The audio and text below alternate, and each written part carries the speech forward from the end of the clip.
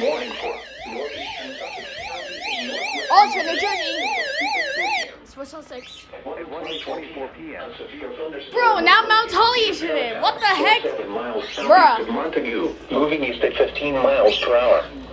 Hazard, 60 miles per hour wind gusts and penny-sized hail. Oh, come on. Source, radar indicated. Bruh. Impact, damage to roofs, Really, Mount Holly? trees, and power lines is possible. Locations impacted include Franklin, Hamburg, Sussex. Wait, it's gotta be on WXL39. Island Lake, Vernon Valley, and Haynesville. For your protection, roll to a history room on the lowest floor of a building. Oh, shoot. I can't tell. Flood watch in effect from 2 p.m. this afternoon through For late the tonight. following counties: West Sussex, flooding New caused by Jersey. What the excessive heck? rainfall is possible.